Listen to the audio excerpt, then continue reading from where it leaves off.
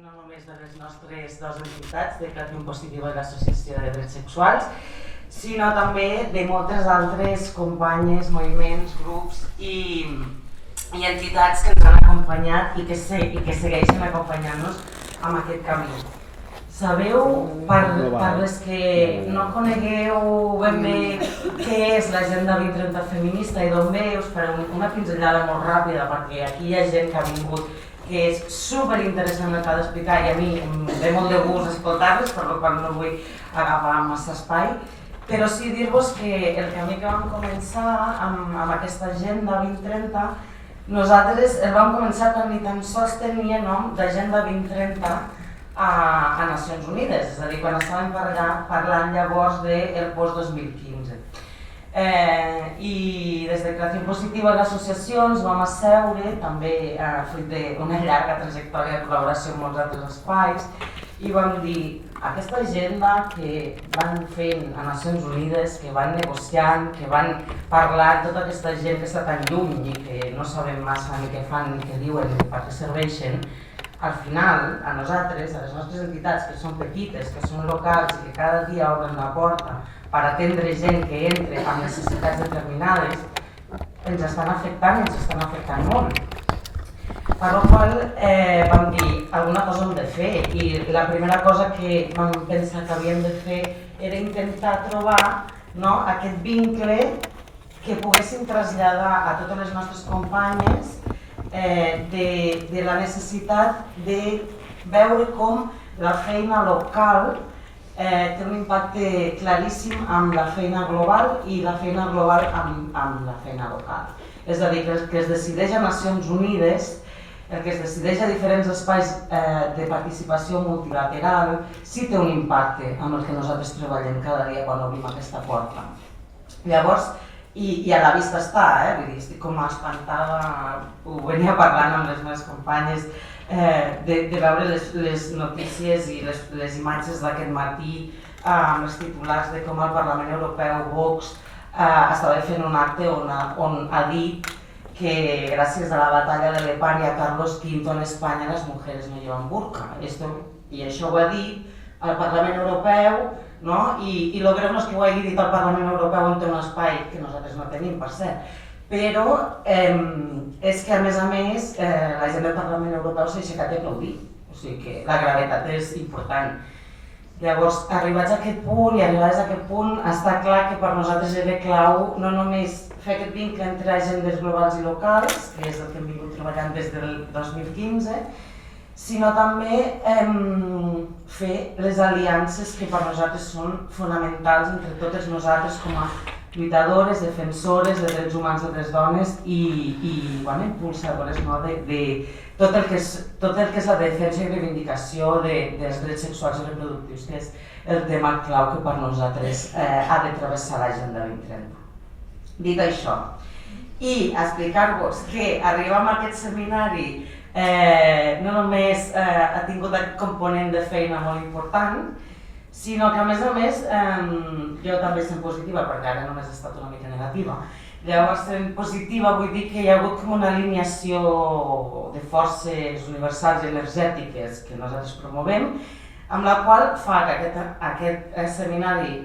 se doni el dia 7 de març, previ amb un 8 de març tan important com és el que és demà, és a dir, que demà totes farem vaga feminista i totes promourem que aquesta vaga sigui un èxit, que els drets sexuals i reproductius són un dels eixos claus de la vaga feminista i de la reivindicació de la vaga feminista, i també arriba en un moment que pel nostre estat, pel nostre país, pel nostre territori, és un moment de context polític abrumant, per dir-ho d'alguna manera que no soni massa amenaçador, però abrumant perquè és una constant campanya electoral, un constant moviment de forces polítiques i d'eleccions rere eleccions que no sabem massa bé on ens acaben portant, i sobretot també ara mateix vivim en una situació on els drets fonamentals i els drets civils estan fortament vulnerats a l'estat espanyol i concretament a Catalunya tenim un judici on hi ha preses i presos polítics que a dia d'avui continuarem reivindicant que no hauríem d'estar allà. Només dir això i dir-vos que per acabar jo he de donar les gràcies a les meves companyes, a la Luisa, a la Montse, a la Morena, i he de donar les gràcies també a les companyes de l'associació, que sense elles tampoc no podríem estar aquí fent tot el que fem, i sobretot donar les gràcies a la Laura, que està allà, la majoria la coneixeu o la coneixereu, però que la Laura és com l'ànima que s'ha currat aquí, que tinguem tot el que tenim i que puguem estar totes les ponents del luxe que tenim avui per escoltar. I jo ja estic, Manel. Ara la part interessant és la teva. Gràcies. Bon dia a totes, bon dia a tots. Gràcies per la sinceritat de dir anem a omplir aquestes estones esperant que després a les 10 s'incorpori la gent pels debats interessants. A mi m'ha agradat. Treballem amb Creació Positiva i amb l'Associació de Drets Sexuals i Reproductius molt bé. Treballem des de fa molt temps. Hi ha una relació, francament, com heu vist, de molta cordialitat, honestedat i sinceritat. Aquest programa, aquesta actuació d'avui, aquesta activitat, és fruit d'un programa 2017, l'únic any que vam poder tenir pressupost amb els 3 anys que portem treballant des de la Conselleria d'Exteriors, any que vam, amb l'augment de pressupost que vam poder tenir, i no pressupost prorrogat, com ens estem acostumant les administracions a treballar, poder fer aquests programes plurianuals, i el programa de l'any 17 que fem amb vosaltres és un dels programes que, a més, respon perfectament a les prioritats de la cooperació catalana i ens marcava també una idea important, que és la idea aquesta que esteu treballant de l'Agenda 2030 feminista, que és, nosaltres diem moltes vegades que possiblement des de la cooperació al desenvolupament hem fet un vici a les convocatòries competitives i en canvi tindríem que fer un esforç de cara en el futur a fer convocatòries col·laboratives i a fer que les entitats cada cop s'associïn més, treballin més en xarxa, treballin més coordinades per oferir el producte que la nostra societat demana, i el programa que vau presentar plurianual del 17 anava totalment en aquesta direcció. Jo la setmana passada em vaig escapar 3 dies a Damasc per una invitació del PNUD per veure com estaven els ajuntaments que estan ja rebent una llaut de retorn de refugiats del sud de Turquia, del Líban i dels campaments de Jordània. Des dels ministeris centrals es vol planificar, però la gent està agafant el seu mocador de fer farcells i la seva petita bossa, i al mig d'una situació que ara ja no és de bombardejos diaris i setmanals, la gent està tornant. Del debat amb gent dels ajuntaments de Síria us puc dir que hi havia un debat amb unes tècniques i unes dones fenomenals, ningú portava burca, ningú portava, i en canvi hi havia un savoir-faire i una relació de que elles tenen que entomar, que el Ministeri vagi planificant quan vulgui, però que elles tenen que entomar tot el que està modificant-se en els carrers i amb les seves societats. I llavors em fa ràbia aquestes afirmacions i em fa, com deia, més ràbia aquests aplaudiments. No estan tan lluny del que està passant. Heu de ser conscients que l'acord entre el PP i Vox per governar Andalusia no només fa unes referències molt clares contra totes les polítiques que vosaltres esteu defensant, sinó en altres qüestions. El punt 37 ve a dir, el punt 37 de l'acord ve a dir que el govern d'Andalusia transferirà els diners que hi ha per l'Agència de Cooperació Andalusa al govern central perquè la cooperació internacional no és competència autonòmica. I això és el punt 37. A nosaltres ens és igual que sigui competència autonòmica, competència regional, nosaltres sabem que és competència nacional, però darrere d'aquestes afirmacions i darrere que tota aquesta involució passi amb els aplaudiments d'una certa grada hooligan, ens fa por. I jo crec que el missatge que jo us puc trametre abans de que passeu als temes importants és el missatge de que, cuidado, que tots els drets és molt complicat aconseguir-los i és molt fàcil que se'ns esvaeixin. Perquè, a més, en els llocs on estem treballant ja sabem de la duresa d'aquestes qüestions. Jo després m'agradaria posar 3 o 4 exemples d'algunes coses que ens hem trobat amb la vostra temàtica treballant pel món. Però sabem que nosaltres anem fent dia a dia, estem conscients i som orgulloses de les nostres visions, de les nostres missions, dels nostres marcs teòrics. Creiem que anem avançant, alguns militem el got mig ple sempre, amb el pressupost que tenim anem avançant, que ens trobem amb molt bones entitats, molt bons materials, però que és molt més fàcil tirar enrere moltes de les lluites i de les reivindicacions que durant molt temps estem treballant. És un camp, el que estem treballant, que és complicat. És complicat anar-li explicant a la gent que el que estem parlant nosaltres no és que surti molt bé a l'ODS 5. El que ens interessa és que els temes de gènere surtin bé i es treballin bé en els 17 ODS. I aquest és el camp que estem treballant. Un camp on podem tenir molt bones relacions amb el Consolat del Marroc i tenim molt bones relacions amb el Sàhara i ens discutim contínuament el Marroc i el Sàhara. Però si un dia ens expulsen un cooperant del Marroc, ens l'expulsen per un programa que hem tingut al Marroc sobre el tema de drets sexuals i reproductius. Sabeu que per la meva història he tingut una vinculació important amb els Balcans i amb Sarajevo. El treball durant 6, 7, 8 anys a Sarajevo i a Bòsnia va ser importantíssim. El gran conflicte diplomàtic que vam tenir és perquè vam traduir al bosni la campanya Póntelo, Pónselo. I aquest és el gran... Amb 9 anys de feina allà, el que jo recordo com el conflicte és aquest tema. Tenim molt bones relacions, les tenim personalment, les teníem amb el govern del Salvador que hi havia fins a les darreres eleccions. Però quan arribaven deia, Manel, no hables de Teodora i de l'aborto i tal, no? Podem parlar de qualsevol cosa, però este tema si passa de largo, passa de largo. Esteu treballant en un tema que és així i no podem oblidar amb el referèndum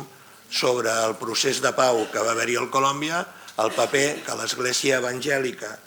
i l'Església Catòlica van tenir sobre la ideologia de gènere i el pes que el contraideologia de gènere va tenir en el referèndum de Colòmbia. Per tant, ja es veu, esteu en el centre del que podien ser canvis importants d'actituds que tenen que haver-hi perquè la societat funcioni millor, els canvis importants que tenim que fer també, el que abans es deia al nord, on els països desenvolupats, canvis d'actituds importants perquè el món vagi millor. I vosaltres toqueu el moll de l'os, per tant,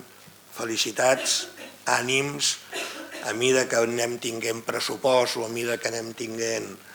possibilitats de poder treballar, estem treballant, sabeu, en unes condicions complicades, des de la cooperació catalana. Jo, el mes de novembre, quan pujava a la 4a planta de l'Agència Catalana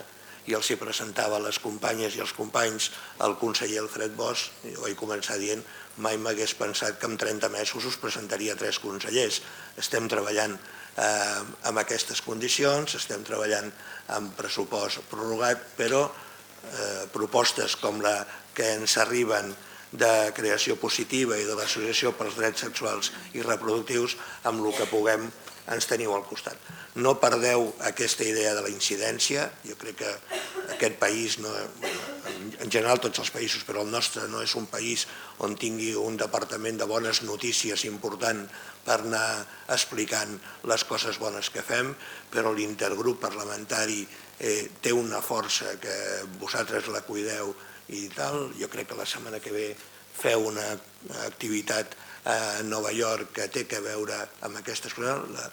El treball de l'intergrup parlamentari, el treball que feu amb aquest ambient col·laboratiu amb les entitats i amb els ONGs, el canvi d'actituds que aneu provocant amb la gent de la nostra societat, en tot el que us puguem ajudar, ja sabeu que ens teniu al vostre costat i esperem que us vagi molt bé la jornada d'avui i la jornada de demà, que encara que digueu que és casualitat que ho heu fet avui, hi ha gent que pels cabells blancs no ens ho acabem de creure, que és casualitat. Bona jornada.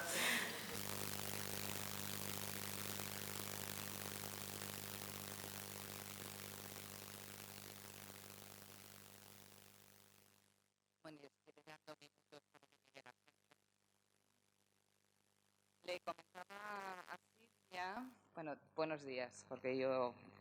estoy en fire ya hoy. El tema de dormir. Y algo tiene este proyecto, tiene que ver con los vínculos y cómo vincularnos. Supongo que tiene que ver con esto de la interseccionalidad feminista de la que nos gusta presumir y de cómo nos vamos vinculando con las cosas.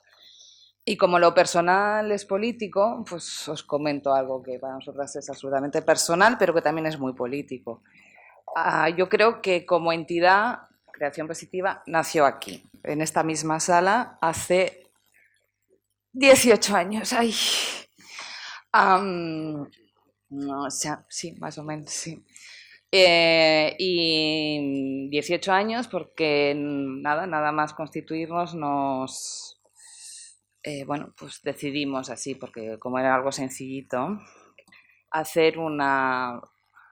jornada, una conferencia paralela de mujeres en torno a la Conferencia Mundial del SIDA. Y esta sala, todo el espacio del Patty Manning se llenó de mujeres que venían a la conferencia